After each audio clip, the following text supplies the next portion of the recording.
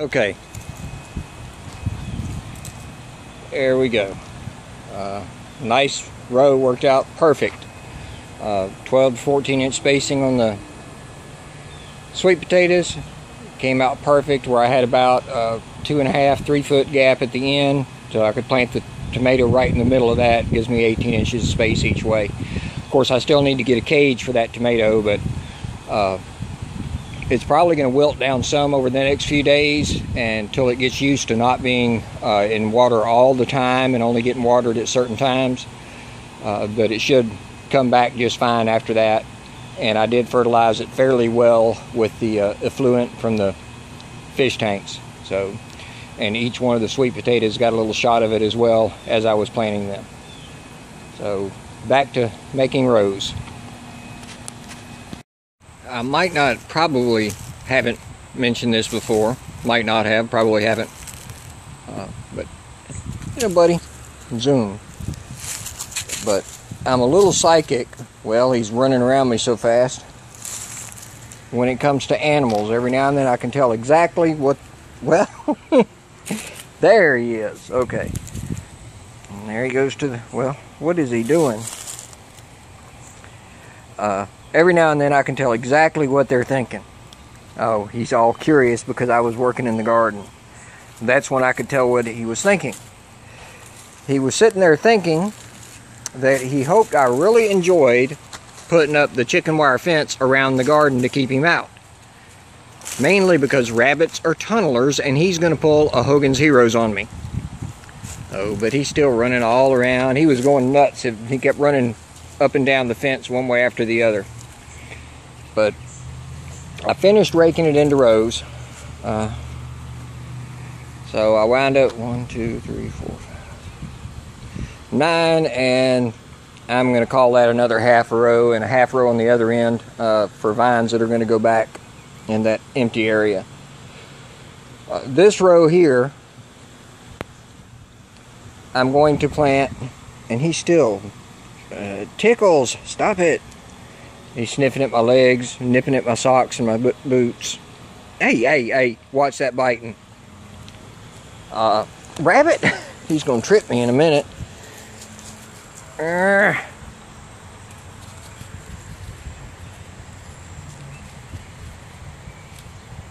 You want to be all over me, but you don't like for me to pet you. What's up with that? See, look at you run. There we go. But this row here along the chicken wire, I'm going to plant some Kentucky Wonder in, and I'll just let him climb the chicken wire. He can eat what he can reach of them. Then at the end of every row, well, actually it's probably going to be half Kentucky Wonder, half something else, because I don't think I've got enough Kentucky Wonder left to plant the whole row out, and I'm not going to buy a bunch of more seeds. I've got other beans. I'll just plant something else. But at the end of the rows, every row, I'm going to plant a couple of probably pinto bean and maybe something else, because this is a good long fence. I can split it up between a couple of beans. And I'm going to plant some bush lima beans and one of the other rows, probably over by the sweet potatoes, that row over there. Just plant it out with bush limas and beans in the other rows. I might even take along the back fence where I didn't till the area up, turn it up by hand, and plant some beans along that. Let them climb that fence. Since they like to climb, we'll let them climb. So, but that's the status so far. And the rabbit is truly enjoying all the gardening I've been doing. Like I said, people keep picking the, oh, I need to trim these zip ties. I need to finish zip tying.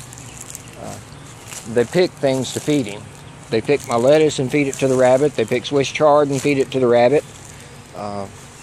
They pick carrots and feed them to the rabbit. So the rabbit's eating better than I am and getting more out of the garden than I am. But this bed over here, I finally remembered what I wanted to plant. There's going to be corn in the far end of it. Densely packed, relatively densely anyway, so that it gets plenty of protection from the other stalks, better fertilization.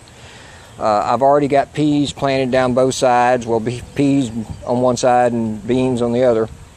But this last little area here, I'm gonna mustard and turnips and leave it at that. And then I'll just, as I harvest, I'll just reset, till it back up, add some amendments.